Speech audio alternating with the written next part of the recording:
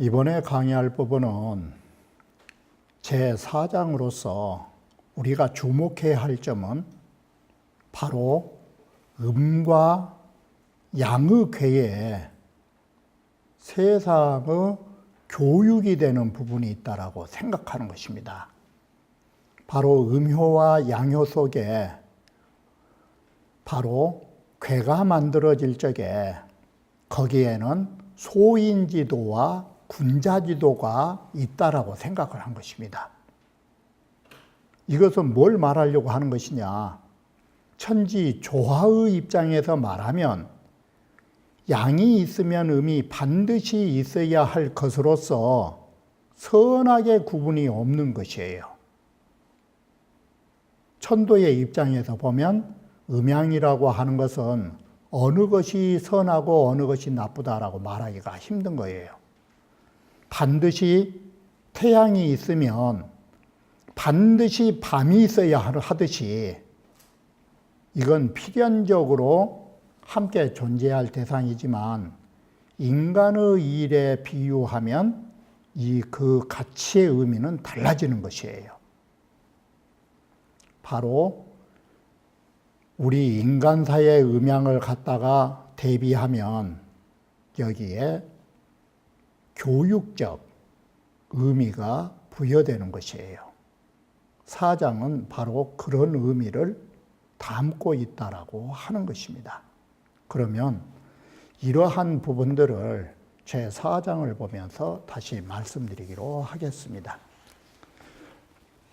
대사 제4장은 성인이 주역을 이렇게 만들어 놓아서 이 전 민영도 백성들이 사용하는데 아프 길잡이가 되어주는 것 역시도 어떤 측면이 있느냐. 여유이방세교라. 또한 주역을 통해서 세상의 교육을 잘못된 대로 나가게 되는 것을 방비하는 역할을 가지고 있다라고 말하는 것입니다. 자, 여기에서 양꾀와 음꾀의 속성이 뭐냐? 양꾀는 대체로 음이 많고 음꾀는 반대로 양이 많다라는 것이에요. 그러면 결론이 뭐냐면 바로 이거예요. 우리는 많은 것이 주장이 아니라 이소유주법, 작은 것이 주가 된다라는 것이에요. 이게. 그래서 진과 감과 간꾀는 모두 다 하나의 양효에 두 개의 음효를 가지고 있는 것이에요. 이것이 두 개의 음이라는 말이 다음이라고 쓴 것이에요. 손꾀, 이꾀, 택꾀는 하나의 음에 두 개의 양을 가졌기 때문에 두 개의 양을 다양이라고 말한 것이에요. 그런데 왜 이럴까? 그 이유가 왜 양꾀에는 음이 많고 음꾀에는 양이 많을까? 그 이유가 뭐냐? 다른 게 아니다. 양의 꾀는 바로 홀수이고 음의 꾀는 짝수이기 때문이다. 양의 꾀라고 하는 것은 여러분이 하나의 양과 두 개의 음을 가만히 보면 음효는 몇이에요? 이게 일종의, 자, 이렇게 하면 1, 2, 3, 4, 5예요. 양효는 모두 다 하나로서 네 개를 합한다 이 말이 두 개의 음은 이게 둘로 친 거예요. 짝수로. 궤의 핵으로 보면 그러면 하나의 양효에다가 두 개의 음효를 하면 네 개가 되면 홀수가 나오기 때문에 바로 진, 감, 간은 모두 5핵으로 구성되어 있어요. 이게. 그런데 음께는 2로 합의하니 바로 양이 두 개니까 몇이에요? 둘. 음이 하나니까 둘. 두 개 더하기 두 개가 되다 보니까 손 이 택괴는 모두 다 사획으로 되어 있는 것이에요. 이게 특성이에요. 이게 일종의 궤를 이루고 있는 하나의 음괴, 양괴 잡는 구조예요. 이러한 구조가. 그래서 우리는 이 육자, 삼남, 삼녀, 세 남녀, 아들과 딸, 이 육자가 궤를 그려놓은 것은 모두 다 음양이 반대로 되어 있는 거예요. 그러지만 그것이 홀수와 짝수 개념으로 우리는 이 궤가 나온 거예요. 그리고 세 번째는 그러면 덕행으로 보면 어떠느냐? 덕행이라는 것은 바로 음효, 음괴와 양괴에 가지고 있는 그 내면적 성격으로 보면 어떠느냐? 바로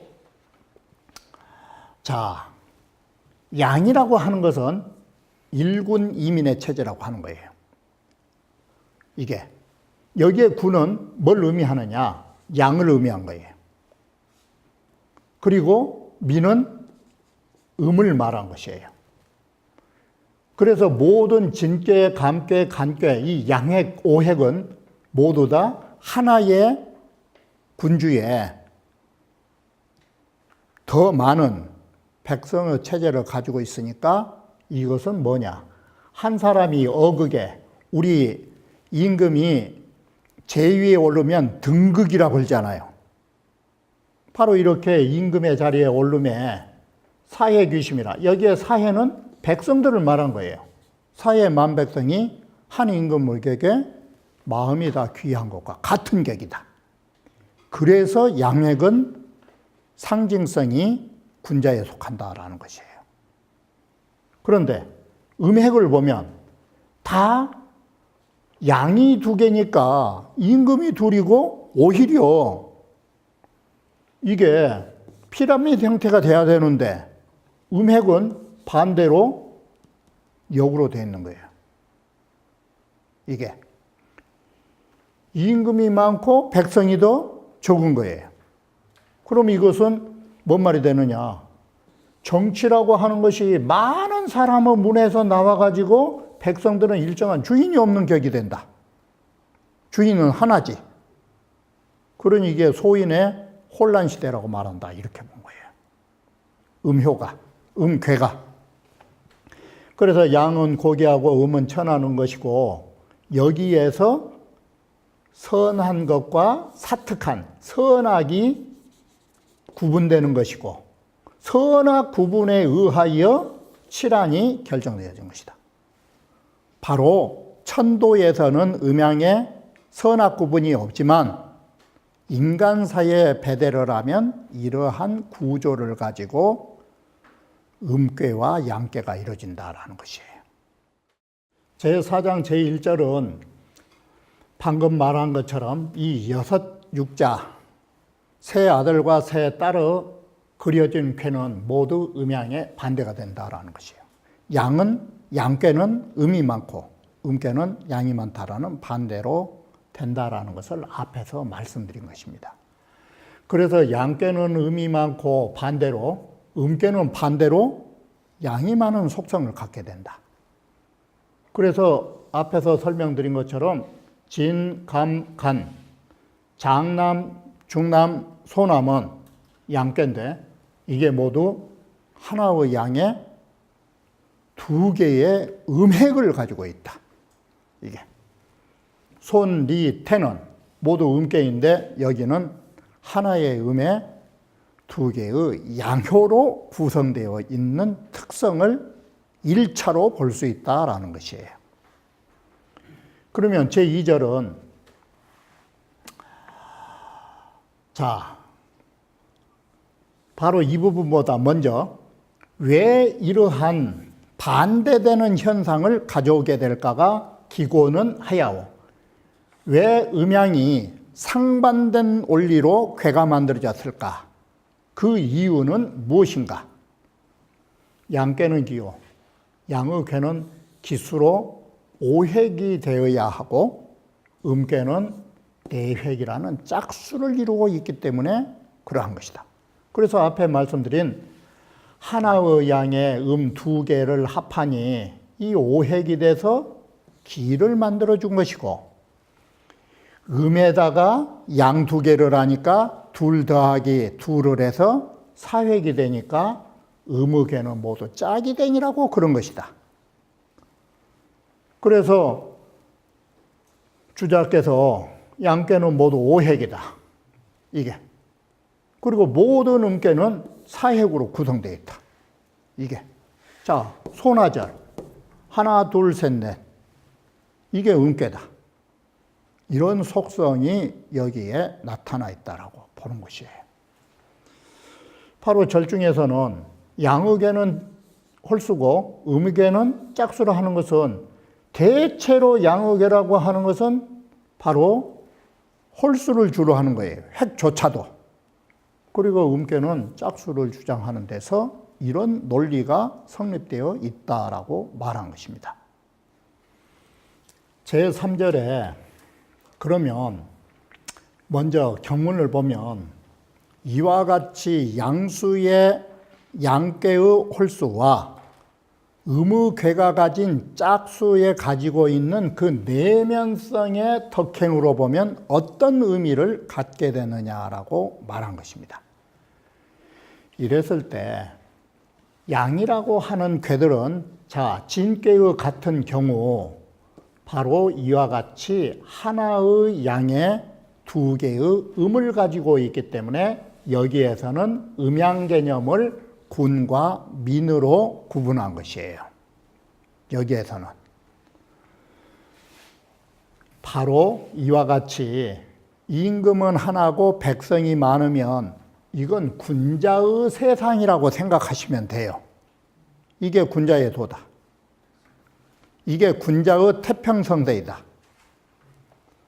그리고 음이라고 하는 괴들은, 자, 소나절을 예를 들면 이것은 양괴가 두 개니까 임금이 둘이 있는 격이요, 반대로 백성은 하나다.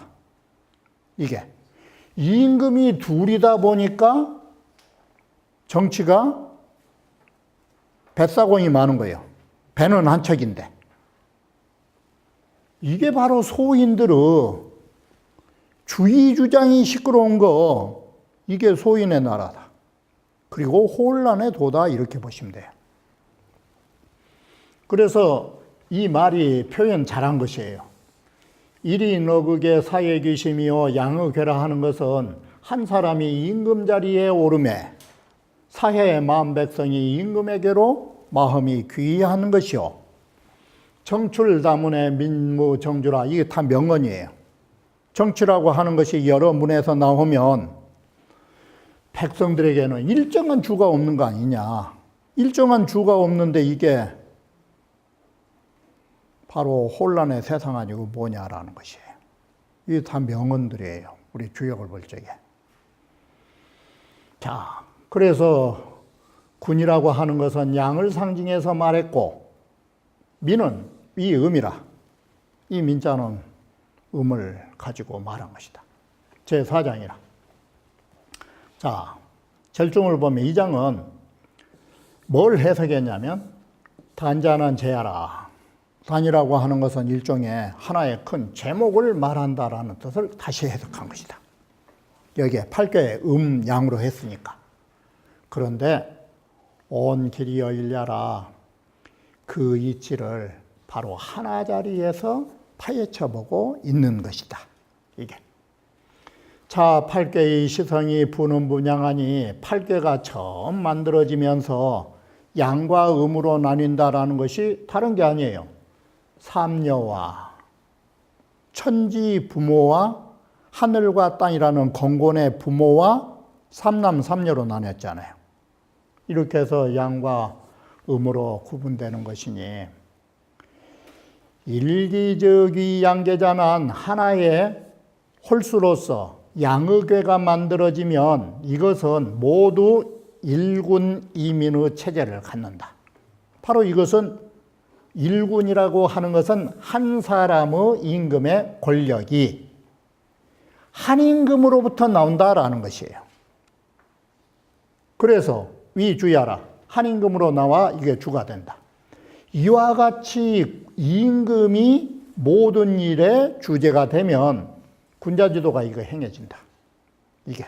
그래서 군자지도라고 말한다. 일우적, 이건 음교가 된다라는 것은 다른 게 아니다.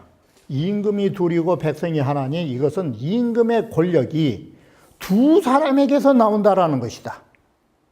이게. 배는 한 척인데 뱃사공이 둘인 것처럼 마치 뱀 몸은 하나인데 머리가 두 개 달린 뱀처럼 이 두 군데서 나온다. 도리어 백성이 주가 되는 것처럼 되는 것이다. 항상 적은 것이 주가 되니까. 이러한 것이 문제가 된다라고 한 것입니다. 자, 그래가지고 백성이 오히려 군주의 역할을 해버리면 어떻게 될까? 민이 주가 되면 이건 소인의도가 시행된 것이기 때문에 고로할 소인지도라고 말한 것이다. 자, 여기까지 일단 경문에 의하여 해석한 것입니다. 그러면 자, 고금의 언역자, 고금의 모든 학자들이 주역을 말하는 자들이 다 공통적으로 어떻게 말하냐? 양은 군자라 하고 음은 소인이라고 하는 것은 그 이유는 개의 이것 때문에 그런 것이다. 음양을 가지고 군자 소인을 하는 것은 이건 인간사에 붙여서 놓은 것이에요. 천도에서는 선악숙특이란 문자를 못 써요. 선악숙특이 된다면春夏는 좋고 가을 겨울은 나쁘다라고 한다면 그러면 봄에 새싹이 나고 여름에 키워준 건 좋은 것이고 가을에 그러면 열매 맺고 저장한 건 나쁜 거란 말이요? 이건 아닌 거예요. 천도 입장에서는 이런 문자를 쓰지를 못해요. 근데 이것을 인간사로 갖다 놓으면 달라지는 것이에요. 그래서 사람으로 갖다 말하면 바로 음괴를 소인이라 하는 이유는 선악숙특의 숙특으로 일컬은 것을 일컬이기 때문에 그런 것이라고. 그래서 양선음악 그런 거예요. 양은 선하고 음은 악하고. 숙특도 똑같은 문자니까 숙은 선할 숙자고 사특할 특자니까 이런 일컬음에 대하여 이런 호칭으로 군자소인을 구분하는 거예요. 이게. 그러니 자연 입장에서 보면 기지, 음양, 불가이, 상무야리요. 음양이란 것은 서로 없어서는 안 된 것이에요. 자연계의 입장에서 보면. 그래서 자연계의 입장에서 보면 음양이란 것은 그 어떤 것도 서로 어떤 것도 그중 하나가 없어서는 안 된다라는 거예요. 그것을 어찌할 수 있으리요. 여유근이면 자 음양이 있어야 하듯이 인간사도 물론 그런 거예요. 만약에 임금이 있다면 불가이 무민이니 바로 백성이 없어서는 안 되는 것이니 오요 선악숙특지분자 어찌 이런 선악숙특의 구분이 있는 것 있을 수 있겠느냐. 이렇게 보면 당연해요. 그러면 선악숙특지분이 없다가 된 거 아니에요. 근데 이 문장은 지금 이끌어가고 결론이 아니에요. 이런 입장에서 보면 백성이 있어야 되고 임금이 있어야 되는 데서 본다면 선악숙특으로 구분할 수가 없다가 되는 거예요. 이게 결론이 아니라고. 논리의 과정이 있지. 이런 입장에서는 선악숙특의 구분이 없다. 그런데 자 말이 바뀌잖아. 기군지도 일이 유통이면 그 임금의 도가 하나가 되어서 통솔한 자가 딱 있어서 주제가 되면 민지중이 백성의 수많은 사람들이 흡연종령하나니 모두 다 임금의 명령을 따르나니 기비군자지도가 이것이 어찌 군자도가 아니겠느냐. 그럼 이건 대등한 관계예요? 지금 말한 것이 대등한 관계가 아니에요. 이건 분명하게 주객으로 나누는 거예요. 주인공이 있고 거기에 상대적으로 백성을 갖다 놓은 것이에요. 그러듯이 만약에 여기에 말한 대로 선악숙tuk의 구분이 없다라고 하면 임금의 도가 둘이 해가지고 문이 많아도 괜찮아야 될 거 아니에요. 이게 임금의 도가 둘이 돼가지고 명령의 문이 나오는 명령할 수 있는 그 문호가 많아가지고 여러 사람이 임금 노릇을 한다면 민집이 각행기사를 할 것이요. 백성의 낮은 사람들이 각기 지 멋대로 사사로운 일을 이게 행하게 된다. 다시 말하면 통제권을 상실한 거예요. 이게 통제권이 상실됐는데 이것이 소인지도가 아니고 뭐냐? 혼란이 그러면 혼란과 태평시대가 가치가 똑같다고 생각하느냐? 이 말이잖아 이게. 이 소인의 시대에는 악하고 사특한 시대예요. 군자의 도라고 하는 것은 선하고 선숙이에요. 그럼 이게 똑같냐? 이게 구분이 없는 것 같지만 우리 인간 사회는 있을 수밖에 없는 거예요. 이게. 그래서 이 말이 바꿔지죠. 그래서 선악숙tuk이 이런 데서 의해서 발생한다 이랬잖아요. 앞에서는 없다고 그랬잖아요, 이게. 어찌 선악숙tuk의 구분이 있겠느냐고. 물론 없지만 이런 과정을 통해서 발생한다라는 것이에요. 그래서 이게 결론이 아니에요. 논리의 과정 중에 선악숙tuk의 구분은 없을 수 있겠지만 하고 말이 돌아가는 거예요. 말이 전변체예요. 여기만 똑 잘라가지고 선악숙tuk 구분이 없는 거라고. 그런데 이렇게 해서 만들어진 거예요. 그리고 기륭칠환이 이런 데에서 일어난 거예요. 이게 원래는 없었지만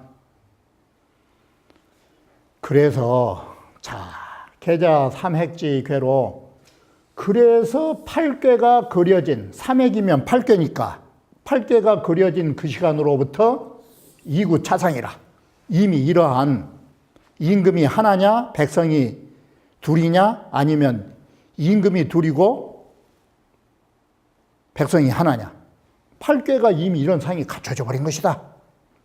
이 말은 뭔 말이에요? 선악숙tuk의 구분이 궤가 벌써 있어 버린 것이다 이 소리예요. 이게 8궤의 예로 이런 예로 더 유추해서 64개가 되는 육획의 궤로 밀어보면 어때? 마찬가지요. 양이 하나일수록 효가 고귀한 거예요. 그래서 지뢰복궤, 지수사궤, 지산겸궤, 뇌지액궤, 이 산지빗궤, 산지박궤 전부 다 일양이요. 양이 하나요. 그러니 이것이 군자지도예요. 그런데 반대로 이 국궤부터가 어때? 이 국궤가 천풍국. 그러면 임금은 다섯이고 백성은 하나잖아. 이게 전부 다예요. 국궤, 이궤, 쾌궤. 이건 다 이름이 주장한 거예요. 그러면 백성은 하나인데 임금이 다섯이라는 격이 되는 거예요. 이게 다 소인지도다. 이게. 그런데 천하 동인궤 이허죠. 이 천하 동인궤 여기가 그러면 천하 동인인데 이게 그러면 여기 역시도 어떤 개념이에요? 동인궤도 보면 이름꾀잖아. 음이 하나잖아. 그러면 동인꾀도 소인이라고 해야 할 거 아니야. 대유꾀, 화천대유꾀. 화천대유는 이걸 거꾸로 하면 되니까 천, 화, 음이 하나라 이거예요. 동인을 뒤집어 놓으면, 동인꾀를 뒤집어 놓으면 대유꾀가 되니까. 그런데도 이걸 소인으로 잡지 않은 이유가 하나 있다. 그게 뭐냐? 이게 거중으로 바로 음이 6, 5가 중앙에 있잖아, 이게. 그리고 동인꾀에서는 6, 2로 아랫꾀 중앙에 있잖아요. 소인이라도 어때? 중도에 거하기 때문에 중도를 하는 거예요. 음이. 그래가지고 능동과 양한이 중도를 지킨다라는 것은 자기 주장을 하는 것이 아니라 양하고 함께 한다 이 소리예요. 이게. 그러면 자기가 양에게 모든 권력을 이양한다의 뜻이 있는 거예요. 음이 중도를 지키니까. 그래서 바로 양에게 소속되어 있는 것이다.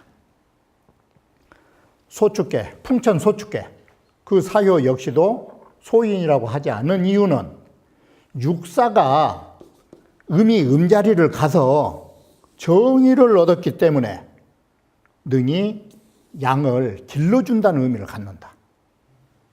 그러면 결국 이것은 예외로 우리가 봐서 이렇게 탐구하여 보면 결국은 동인, 대유, 소축은 양이 주가 된다고 하는 것이다. 음이 하나지만 이건 예외 규정으로 볼 수 있다. 지금 이래가지고 바로 음양의 관계를 바로 예외 규정도 없지 않은 것입니다. 예외 규정이 설정되는 것은 중도와 정이라고 하는 것. 바로 여기에서 강조하는 의미가 뭐냐? 왜 음이 하나가 되는 것이 소인지도로 보느냐?